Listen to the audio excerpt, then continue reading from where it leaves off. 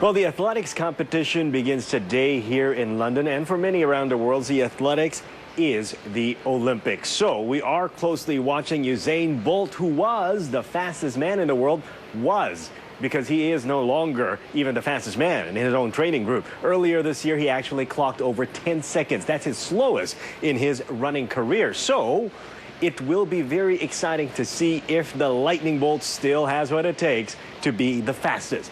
But for a moment here in London, Bolt was frozen in time at Madame Tussauds Wax Museum. His wax figure unveiled just in time for the Olympic Games.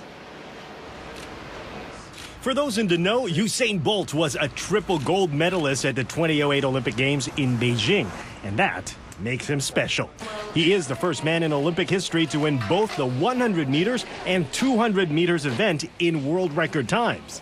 Usain Bolt is one of the most celebrated athletes of its current time, and he has got 5 world championships, 3 Olympic medals under his belt. So we're delighted to honor him, to have him now in the attraction. But more importantly, our guests have requested to see him. So it came up again and again in our research that we currently do. And he is now actually in the attraction. I think he will be a perfect addition to what we have here already. He is, of course, captured in his trademark pointing stance, which fans are just too quick to imitate for a snapshot or two. So what does Bolt think about his likeness? Well, apparently, he hasn't seen it yet. Usain has actually not had a chance to come for a sitting because he's been so busy leading up to the Olympics, obviously, and his schedule is really, really busy. However, he and his team have been informed all along the process about every single stage that we have undertaken. They have seen the final figure shots and they absolutely loved it. Bolt is hotly tipped to win big again in London, so maybe this time he'll get a chance to pose for a picture with himself. Timothy Go, Channel News Asia at the 2012 Olympic Games in London.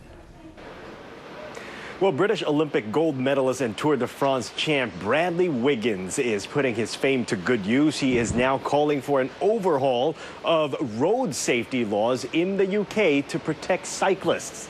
Just what exactly does he have in mind? Channel News Asia's London correspondent Catherine Drew with this report.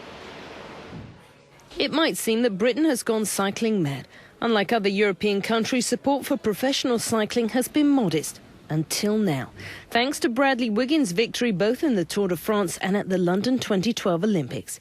His gold medal at the time trials make him, at 7 medals, the most successful British Olympian. He's inspiring many fans across the country. Well, he cycles really fast and that keeps me going, really. But will this new enthusiasm translate into more cyclists on the roads? Some bike shops are reporting an increased interest in the sport as well as commuter cycling. But dangers on the roads remain present. On Wednesday evening, a cyclist was killed just outside the Olympic Park.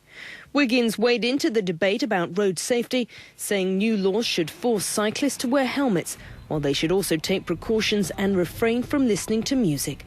Some cycling groups said the issue of helmet wearing is a diversion from the real issue of providing safe cycling conditions, including slower traffic and dedicated lanes.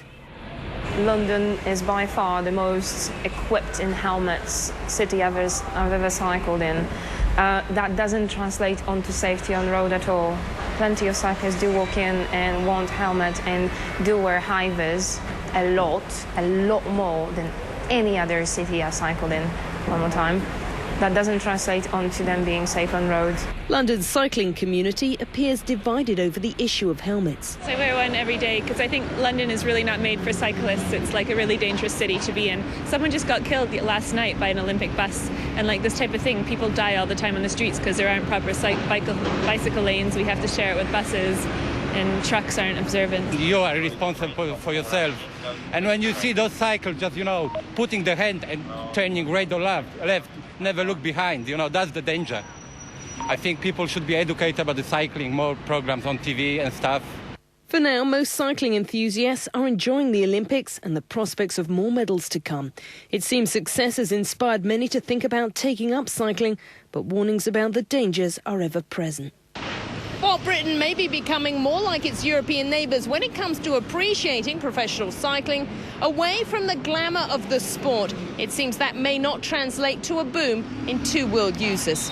Catherine Drew, Channel News Asia, London.